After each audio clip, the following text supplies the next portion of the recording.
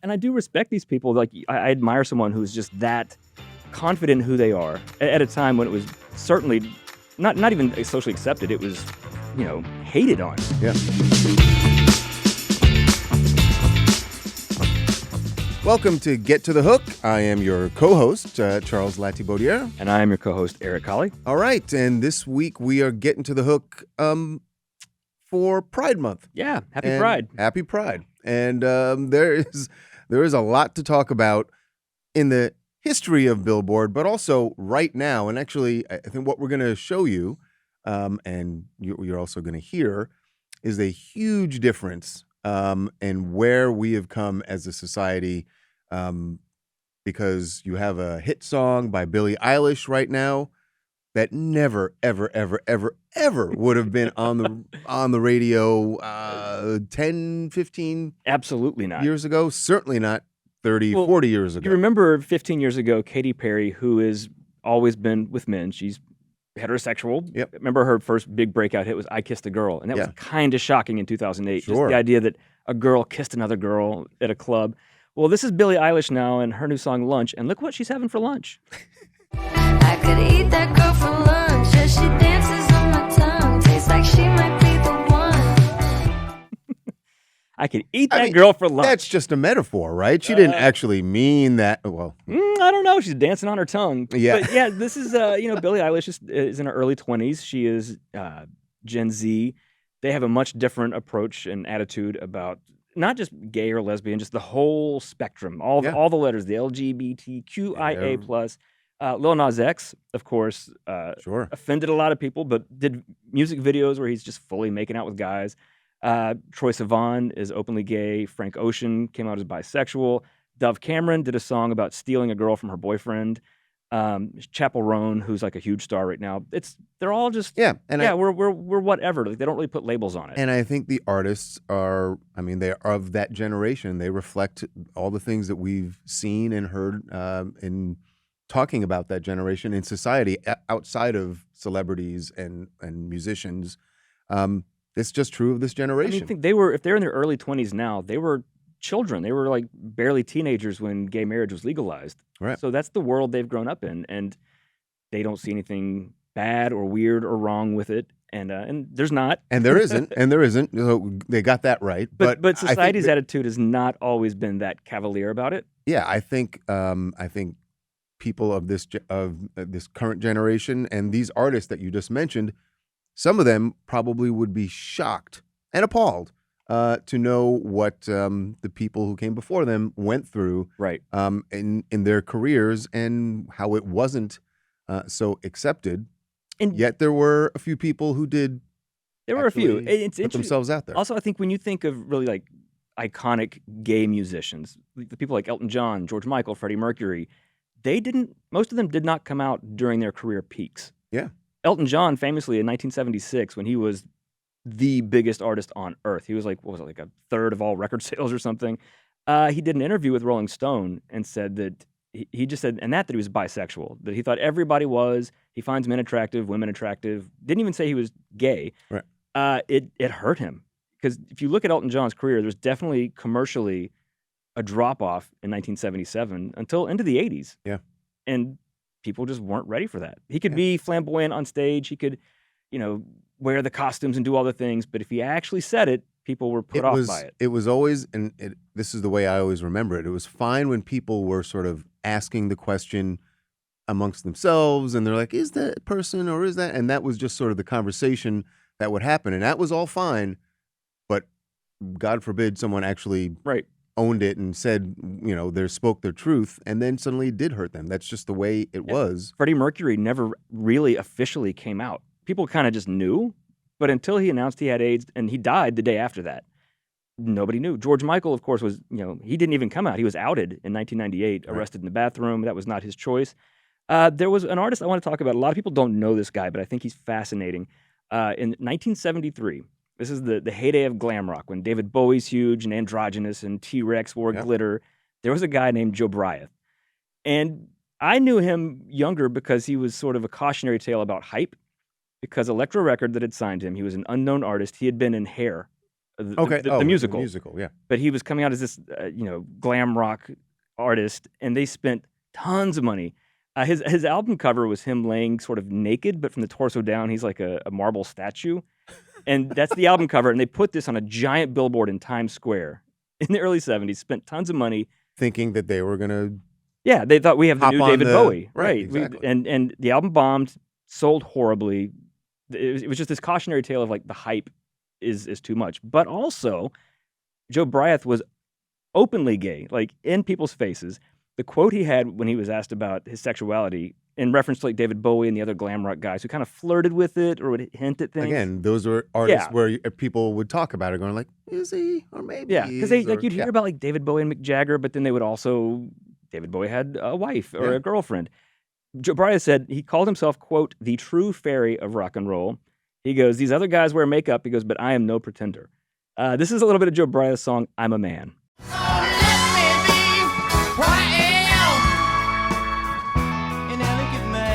He's an elegant man. An And elegant man. Who, I love his album. I think he's really talented. But he was just too in people's faces. yeah, no, so this wasn't, I know what you're saying is a cautionary tale about hype, But it's also but it seems like what really happened is, yeah, they probably put too much money into marketing it, but no And matter then- what they marketed, once he said that, just that was society it. wasn't He ready got for it. 2 albums out, disappeared. He wound up changing his name to Cole Berlin and doing cabaret and show tunes in New York in the late 70s.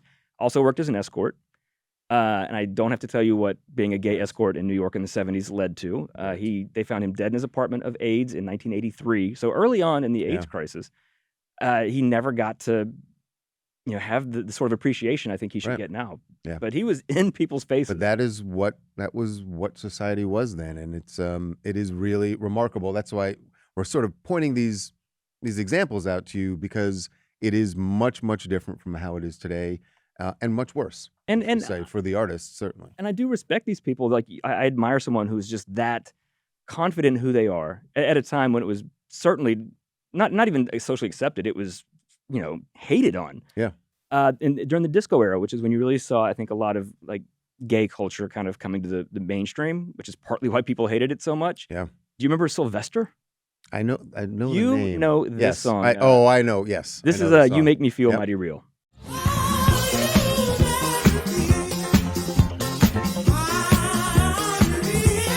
That is such a jam. I love that song. And you're so right about the disco era and the people, and I remember the people growing up who were not into disco and were like just hated disco. That's kind of what they were really. A lot of it, because talking disco, about. we've talked about this And- before, it came out of black clubs and gay clubs. And a lot of like Latin clubs too. There's like a lot of, Latin rhythm in disco. A lot of white rock dudes didn't like that. I mean, Yeah. let's just call it what it is. And they had the disco demolition night where they blew up all the disco records at the baseball field. There's video of people, if you brought a disco record, you got in free or half price Yep. or whatever. And the stack of records is like Aretha Franklin and Stevie Wonder and stuff that it wasn't disco. Yeah. It was just black artists. And who got Sylvester, lumped in there, and it's right. And Sylvester, to be in the late 70s so unapologetically, he was openly gay. He wasn't a drag queen, but he dressed very in women's clothing, women's Right. makeup. He never said, I'm this or that. That's how he liked to dress. And he presented as kind of feminine. Incredible voice. Also died of AIDS in 1988. But he was just unapologetic. And he's like, yep, this is who I am. I'm not going to lie about it. I'm not going to try and be vague. the fact. This is me. Yeah, the fact of the matter is that there are a lot of, at the time, homophobic phrases that were actually accepted, that people used openly in public, that you would often, or at least I often heard, when people were talking down about disco. Oh, yeah, absolutely. It was just, that was And- the sign of the time. And when disco, when the backlash came and all these songs and these artists kind of disappeared, a lot of people went back in the closet. And in Yeah. the 80s, which is so weird to me in the 80s, so the most iconic person, I think, is Boy George, who, Boy George never said, I'm gay. Right. I think everybody, I was a kid and you just kind of knew. I didn't even understand what all that was, Didn't but you're understand, like, but yes, I'm like, okay, he's not he's not this. he's Right. not Bruce Springsteen. Right. You know? There was a difference, and even if you didn't understand what the difference was, Right. it was something you understood. Because everybody in those early days of MTV, they were all wearing makeup and stuff, but he was something else, an incredibly talented singer. And it's interesting to me that a lot of the, if not out gay artists, but the ones who didn't hide it were British. You Where had it almost seemed like, that is so Erasure, true. the Pet Shop Boys, Soft Cell, who did Tainted Love. Frankie Goes to Hollywood, the original version of Relax, the music video, got banned on the BBC because he went into what is clearly a gay leather club. Right. And there's no nudity in the video, but they were like, no, you cannot put that on television. But you're right about it, and it always made me feel like, for some reason, there was something about British society that, at least for those artists, they felt more comfortable, even if they weren't saying it, but just being who they are openly. Right. And I don't know if British society was just more tolerant or more accepting. Maybe it was. Maybe it wasn't. I don't know. I don't know either, but I always grew up thinking that it must be, because I noticed the same thing, that the artists that were more open about who they are and weren't trying to hide it tended to be British. Yeah.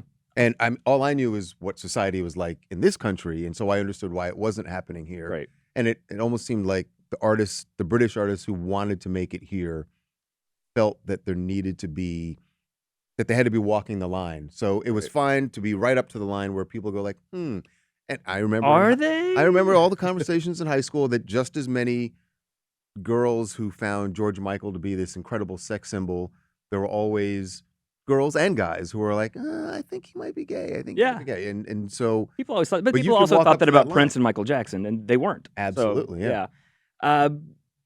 It's funny because in the 80s, like I said, it kind of people got pushed back in the closet a bit. But this is when all the like macho metal dudes started teasing their hair and wearing all the makeup. Motley Crue and Poison and all those guys, the glam rock guys, were so hair feminine rock presenting, was... I'll say. And the one guy of those who didn't was Rob Halford, lead singer of Judas Priest, who wore the motorcycle cap and all the leather and stuff. In 1998, he came out, and it was Judas Priest was not as big in the late 90s, obviously, as they had been in the 80s, but it was still a big deal for him. And I saw an interview. He did it during an MTV interview. Just kind of came out. And he's like, yeah, I'm gay. And he said afterwards that he hadn't planned on doing that because it just felt natural. And he goes, it just was like a weight just came off of me. Which is awesome. And you wish that more artists of his era had the opportunity to do that and felt comfortable enough to do it. Judas Priest fans don't, as far as I know, didn't seem to have much of a problem with it. Yeah. Well, at that point, they were so established and they were so... Yeah. The people who were listening, like, you're not going to just suddenly not listen to Judas Priest anymore. If you've been listening for that long, why would you turn away? Also, he kind of dressed like the biker from the Village People. So there were signs. There were maybe signs some there. I don't know. I think that it is interesting that like the hair rock guys really leaned into it, and yet they were just leaning into it for the look. And I don't know if that was a marketing thing they wanted to sort of harken back to the David Bowie. Yeah, well, they call it glam metal, so it's a lot that glam sort of glitter rock sort of thing to it. But which is maybe then why when people got tired of that, all the grunge guys that replaced them were torn jeans and flannel shirts and messy hair, and they were the opposite. Nothing glam. Yeah, which is funny. A lot of them were probably more gay friendly than the metal guys had been. Right. Like Eddie Vedder, absolutely. Kurt Cobain. Kurt Cobain used to wear dresses. Yeah, they definitely were. It's also, I think, interesting, and maybe it's just our society, is that all these guys we talked about, like, Ricky Martin couldn't come out until 2010. Lance Bass in 2006, years after NSYNC's peak. All these gay men struggled to come out and usually didn't do it until after their commercial peaks. Right. But for lesbians, the L in the LGBT, it helped several of them in the 90s going in. The Indigo Girls became famous as sort of the lesbian act. Katie Lang, people would, because she has sort of a more masculine appearance when she came out as a country artist in the late 80s. People were always a little like, why does her hair look like that? Right. But then she was like, yep, I'm a lesbian. And then she released Constant Craving, was a song that made her a much, much bigger star. And then she talked to her friend Melissa Etheridge, who was also a lesbian. It's like, Melissa, you should just say it. And Melissa Etheridge did. I forgot that the timing of Melissa Etheridge coming out was... right before. And the album was called, her big commercial breakthrough album was called Yes, I Am. People always assumed that was her saying, yes, I am a lesbian. Yeah. And just a few years ago, she was like, no, actually, that's not why I named it that. But so we all remember this song, Melissa Etheridge, Come to My Window. Come to my window, I'll be home soon. So my question is, their commercial success, Melissa Etheridge and Katie Lang, did they gain more fans because they came out and were Possibly, it Not got them afraid. a lot of press, and I Or think the just got people more press, who but also were, they were just great songs. So that's they're my great question. songs. Is it just that they had really great songs that were undeniable, or is it they were great songs, but also they expanded their fan base because I think they expanded it because I think the people who like their music are also okay with them being lesbians. Like there wasn't some image, or they weren't like heartthrobs. Like George Michael had that teen heartthrob pop star kind of Right. vibe that just for purely for commercial reasons needed to keep up. Yeah, but remember Michael Stipe from REM right? came out and never like had a huge coming out moment. He said he always thought that REM's biggest hit, "Losing My Religion," was his coming out because the lyrics were like, "Consider this the hint of the century. Oh no, I've said too much." All the lyrics are about him talking to another man. You see, you just now figured that out. I'm just now getting that. For like And by the 15 way, years, I never knew Here's that. the other thing. You brought as soon as you said Michael Stipe, and I was like, why is he bringing it up? And I was like, oh, that's right, he did come out. Like Yeah, it wasn't. When he did, I do remember it. it wasn't but like it the wasn't Lance like Bass people cover, "I'm gay," or like Ellen DeGeneres did. It wasn't Yeah. a big announcement. And when It's like a people thing. said, "Why didn't you be more obvious?" He's like, "I thought that song made it obvious." I was like, "No, It not as obvious as definitely you was thought." not because No. if you weren't thinking that, there was just no reason to. Wow. Huh. Yeah, but also I didn't feel so bad because he goes, "Yeah, the line, 'Consider this the hint of the century.'"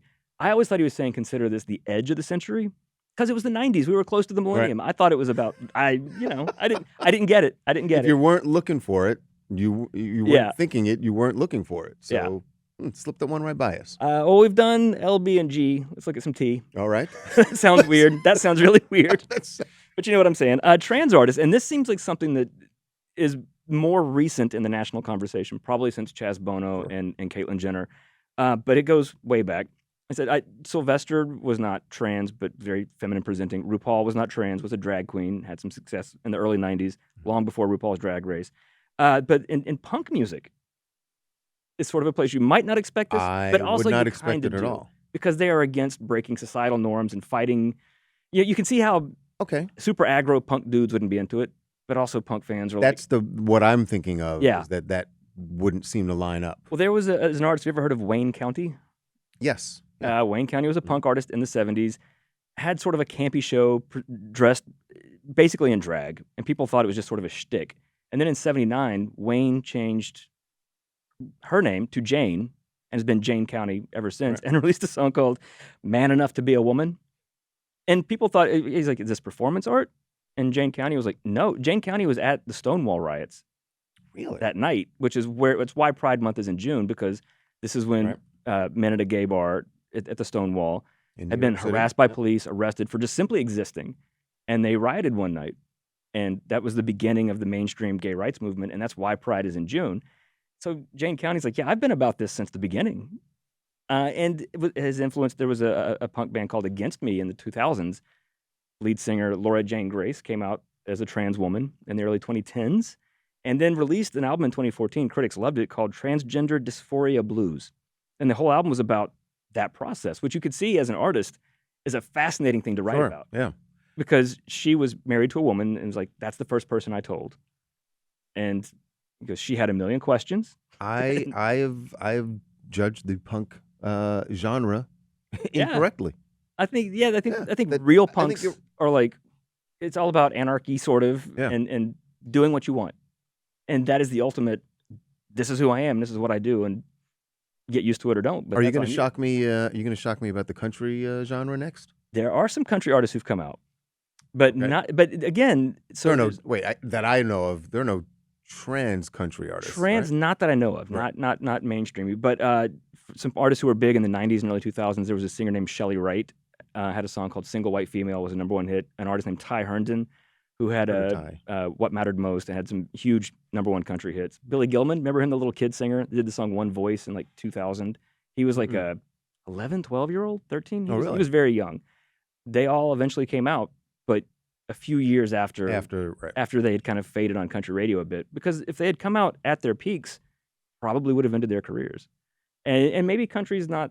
I mean, there's a group called the Brothers Osborne. One of the brothers, TJ, came out a few years ago. So maybe country audiences are a bit more open to it. Slowly. Slowly coming around to it. Yeah. Another trans artist couple I want to talk about. Sophie was a producer in the last few years. a Scottish electronic music producer, did this really weird, glitchy, blippy kind of music. She produced Madonna's "Bitch I'm Madonna." Remember that Oh song? yeah. Uh-huh. Yeah, produced for Charlie XCX. Was the forefront of this music called hyperpop. It's like that really, fast beat and Yeah. super catchy and kind of crazy. It's becoming mainstream now. So Sophie was sort of in the early wave of that, but sadly in 2021 was in Greece. Sophie was on the roof of like a 3-story building trying to take a picture of the moon and Oh, slipped and God. fell and died. It was a huge loss. But we recently, just 2 years ago, we had a #1 hit on the Hot 100, the very first non-binary and trans artists. I Sam remember Smith, this. Yeah. Kim Petras teamed up for Unholy.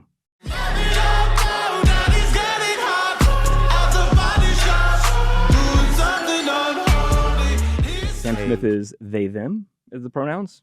Kim Petras is a trans woman. So, #1 hit. A ubiquitous a hit that was Yeah, it was a jam. everywhere. Not just on the radio, but like And oddly, because it was used so much on social it, media. it blew up on TikTok. It went viral. And it's oddly Sam Smith's only #1 hit. Stay With Me peaked at #2. Really? Right?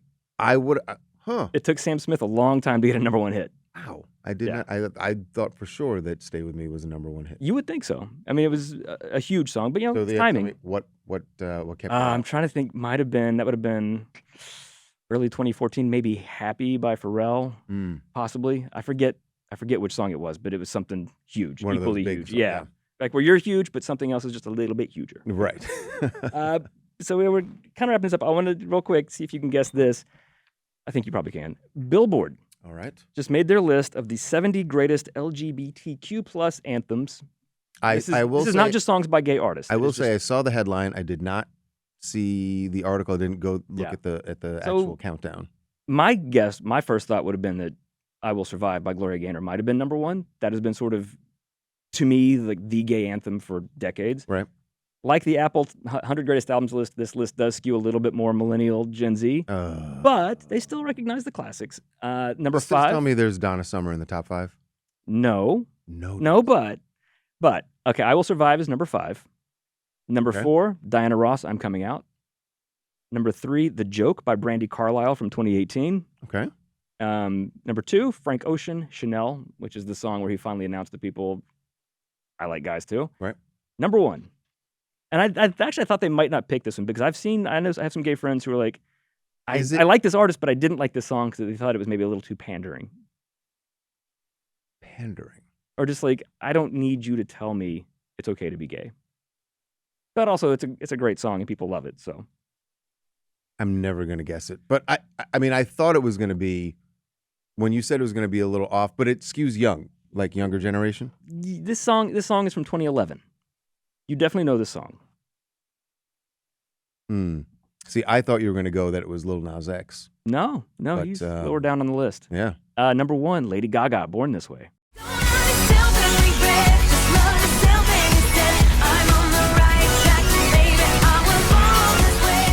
Yeah, so I think in general, like gay people appreciate her saying that, but There are people who feel like I've it's seen some pandering? gay people being like, "I don't need you to tell me it's okay for me to be." But me." I've never heard. I don't hear the song, and maybe it's different if you're in a member of the LGBTQ community. But it never landed on me as her saying it's okay for you to be gay.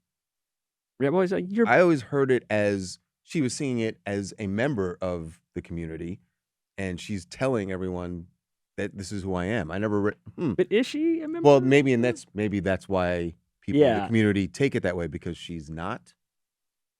Is she not? I don't I want to say don't- she's. I know, not. I know. I don't want to say she's not because I don't know how. She Lady maybe Gaga has, but most of the considers relationships we know she's ever had have been with men. herself. Right. But But you could still consider yourself. she's certainly an ally and more. I mean, obviously. Right. But like they say, like Madonna never did songs like, "Hey, it's great to be gay." It just was. And so I think some people thought like Right, she Gaga's being a little too on the nose with it. But I mean, express yourself is kind of the same. In fact, that was sort of the knock on that song that it was. Yeah.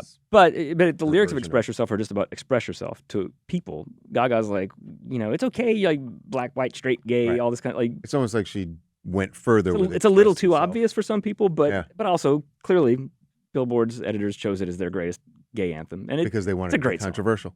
no. They wanted people to talk about it. They wanted some people in the community to go like, "Hey, that's not it." It's not a bad choice. I don't. Where is think. Donna Summer on the list? Just please tell me. What's her earliest? I can't remember. It's their top 70. She's pretty low. I know Sylvester was number 11. Madonna's Vogue was number 6. Billie Eilish's Lunch is already number 10, and it came out 2 weeks ago. Literally, it's already in the top 10. I think Chappell Roan, her song "Good Luck Babe" was number 8. That song is also a new song. You know why the problem is with Donna Summer is because of that statement she made, where she found God. And, yeah, even famously one of the first in the rock era, one of the first artists that was not openly gay, but like you said, people just kind of knew, was Little Richard. Yeah. And he acknowledged having relationships with men and stuff, but later in life, basically said like God saved him, and he turned against it and renounced it. So we're still, that still affects people. Yeah, and I get it. I totally get why it would. Yeah. But happy Pride, everybody. But happy Pride, and that was a very interesting and eye-opening. Yeah.